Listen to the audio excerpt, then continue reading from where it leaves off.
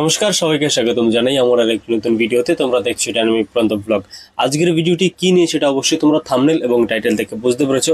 আমি যাচ্ছি আমার স্বপ্নের পিসি বিল্ড করতে এবং কিভাবে যাচ্ছি, কোথায় যাচ্ছি, সব কিছু এই ভিডিওতে থাকছে।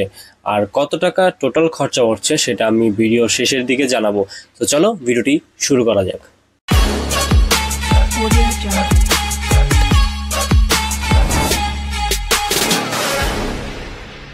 সকাল সকাল বেরিয়ে পড়লাম স্বপ্ন পূরণের জন্য।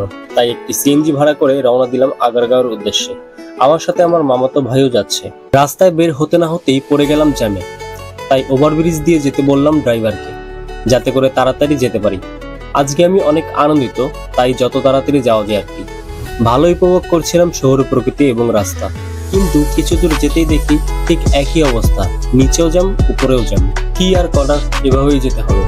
তাই মন খারাপ করে বাইরে তাকিয়ে ভাবছি কখন জ্যাম ছাড়বে। এর মধ্যেই জ্যামটা ছেড়ে দিল। অনেকদিন ধরেই ভাবছি পিসিটা নেব, কিন্তু নেওয়ার হচ্ছিল না। যাই হোক, অনেকদিন ধরেই কোনো ভিডিও করতে পারছিলাম না, কারণ তোমরা জানো দেশের মধ্যে কত কি হয়ে গেল। তাই আর বের হওয়া হয়নি। সবকিছু ঠিক থাকলে আবারও আগের মতন ভিডিও দেওয়া শুরু করে দেবো। প্রতিটা ছেলের স্বপ্ন যে তার একটি গেমিং পিসি বা এডিটিং পিসি থাকবে, ঠিক আমারও একই স্বপ্ন ছিল। আর আজ সেই স্বপ্ন পূরণ হতে যাচ্ছে। ভাবছি একদিন বঙ্গবন্ধু সামরিক জাদুঘর ঘুরতে আসবো।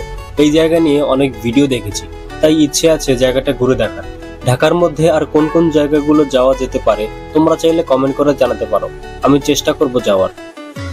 কথা বলতে বলতে বিজয় সরণি চলে এলাম। আর একটু গেলেই আইডিবি ভবন। আমার স্বপ্নের পিসিটা এখান থেকেই নেব। বলতে বলতে চলে এলাম আইডিবির সামনে। আমি এখানে এই নিয়ে দুইবার এসেছি। একবার এক বন্ধুর সাথে তার পিসি বিল্ড করতে এসেছি, আর আজকে আমার নিজের পিসি বিল্ড করতে এসেছি।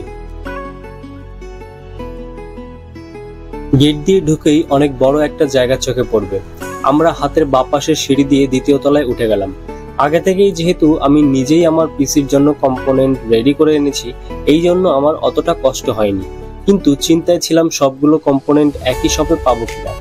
অনেক আশা নিয়ে সবার আগে রায়ান্স এবং তারপর টেকল্যান্ড, সাথে স্টারটেকও বাদ দেইনি, কিন্তু কোথাও একসাথে সব কম্পোনেন্ট পাওয়া যাচ্ছিল না। অবশেষে এই দোকানে আমার পছন্দের সবকিছু পেয়ে গেলাম, তাও আবার অন্য দোকানগুলো থেকে কিছুটা কম। এই দোকানের লোকজন খুব ভালো এবং বন্ধুসুলভ ব্যবহার করছিল সবার সাথে। ভিডিওতে যে লোকটা হাই করলো সেই ওনার এই দোকানের।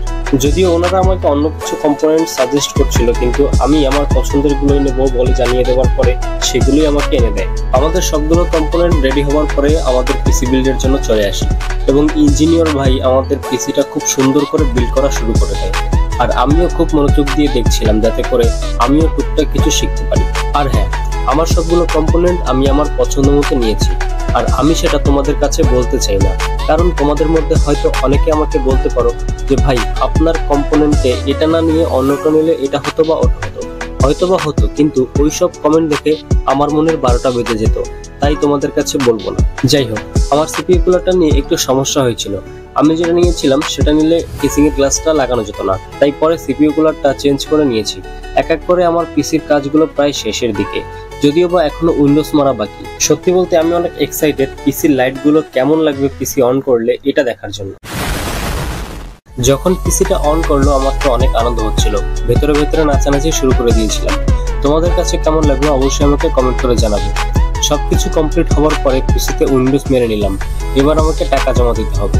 সত্যি বলতে অনেক আনন্দ হচ্ছিল, আবার এতগুলো টাকা একসাথে দিয়ে দিতে হবে এটা ভেবে অনেক খারাপও লাগছিল। কি আর করার, টাকাগুলো দিয়ে দিতে হবে। কিন্তু সৃষ্টিকর্তা এবং বাবা মায়ের আশীর্বাদে একদিন এর থেকেও বেশি টাকা আয় করব।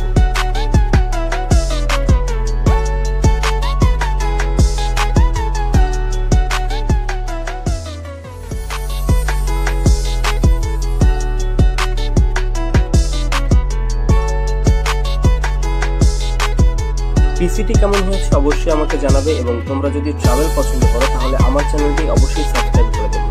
ভালো থেকো, সুস্থ থেকো।